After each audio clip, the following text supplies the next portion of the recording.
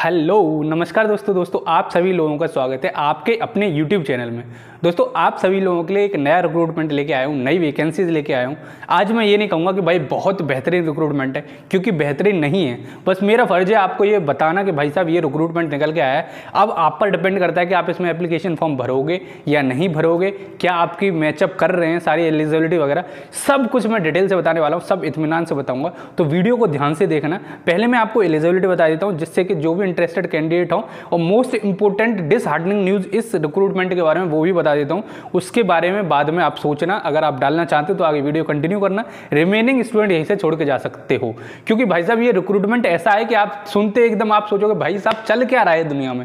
सबसे पहले अगर आपने इस चैनल को सब्सक्राइब नहीं किया तो दोस्त कर लो। क्या आपको इन्विटेशन दूँ तो इन्विटेशन दे देता हूँ भाई, सब्सक्राइब कर लो। और अगर आपने टेलीग्राम ज्वाइन किया तो डिस्क्रिप्शन बॉक्स में उसकी लिंक पड़ी हुई है, जाके उसे भी ज्वाइन कर लो, जिससे कि आपको ही बेनिफिट मिलेगा। अब देखो यार, मैं इसमें सबसे ज़्यादा बेकार बात क्या है वो मैं बताने वाला हूँ यार। इसकी जो एप्लीकेशन फीस है वो है 3540 रुपये। सही सुनने आप, 3540 इतनी एप्लीकेशन फीस है। और ये किसके लिए? ओबीसी और जनरल स्टूडेंट्स के लिए। एससी एसटी ईडब्ल्यूएस कैंडिडेट के लिए 1770 रुपये एप्लीकेशन फीस है। ये कोई आपको बाद में नहीं मिलेगी, ये पहले स्टार्टिंग में आपको जमा करनी पड़ेगी, उसके बाद में इसका एग्जाम दे सकते हो। जी हाँ, मैं बात कर रहा हूँ, जैसे कि आप थंबनेल पे देख के आए हो, ये है एम्स के बारे में। All India institute of medical science की जो वैकेंसीज हैं उसकी तरफ से आपका रिक्रूटमेंट आउट हुआ है। कुछ जूनियर इंजीनियर की वैकेंसीज हैं, कुछ आपकी रेडियोलॉजिस्ट की, ऑर्थोपेडिक की, ये सारी वैकेंसीज हैं। उसमें एक जूनियर इंजीनियर भी है। ठीक है, तो भाई साहब डॉक्टरों के साथ में इंजीनियर की जो वैकेंसीज लगी हैं उसमें बहुत रिक्रूटमेंट में पैसा जा रहा है आपका। ठीक है, तो ये आपका रहा। उसके बाद में देखो, अगर आप बीटेक हो तो आप इसमें एलिजिबल हो जाते हो। अगर आपके पास में फिर भी पैसे हो, आप वीडियो कंटिन्यू करना चाहते हो, तो अब मैं आपको पूरा रिक्रूटमेंट बता देता हूँ। भाई साहब 3540 अगर हैं आप जनरल और ओबीसी में हो तो आगे आप वीडियो कंटिन्यू करो, वरना नमस्कार। ठीक है, चलो अब मैं आपको बताता हूं। देखो यार, यहां पे क्या दे रखा है, एम्स की तरफ से रिक्रूटमेंट है।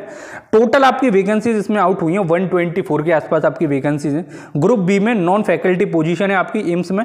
तो असिस्टेंट अकाउंटेंट की वैकेंसीज है, लेवल 7 की 2 वैकेंसीज है। असिस्टेंट इंजीनियर सिविल में वैकेंसीज है। स्पीच थेरेपिस्ट की वैकेंसीज है। डेंटल हाइजीनिस्ट की वैकेंसीज है। डाइटिशियन की वैकेंसीज है। एग्जीक्यूटिव असिस्टेंट की वैकेंसी है। जूनियर अकाउंटेंट की वैकेंसी है आपकी। Junior engineer civil, junior engineer electrical, junior Hindi translator, junior officer store और लाइब्रेरियन की वैकेंसीज हैं। और टोटल मिला के यार कितना बताऊं मैं आपको, टोटल 36 वैकेंसी है। 36 तरीके की आपकी वैकेंसीज हैं, जिसमें आपको अलग अलग तरीके की एलिजिबिलिटी दे रखी है। अगर हम बात करें असिस्टेंट इंजीनियर में, तो ग्रेजुएट होना चाहिए आपके पास में और 2 साल का एक्सपीरियंस रिक्वायर्ड है। उसके बाद में अगर आप देखोगे यहाँ पे दे रखा है जूनियर इंजीनियर में, अगर आप बात करोगे तो आपके पास में इलेक्ट्रिकल मैकेनिकल में डिप्लोमा हो प्लस 2 साल का एक्सपीरियंस होना चाहिए।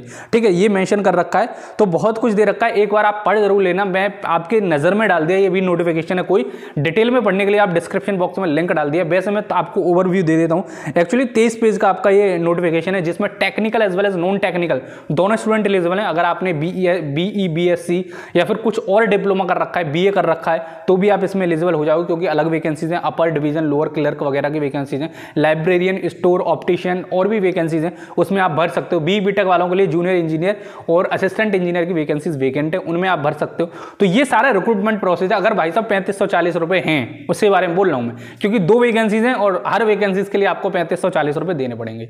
For general candidate, SC ST and EWS candidate के लिए आपको 1770 फिर भी पे करने पड़ेंगे। तो भाई साहब अमीरों के लिए वैकेंसीज हैं ये।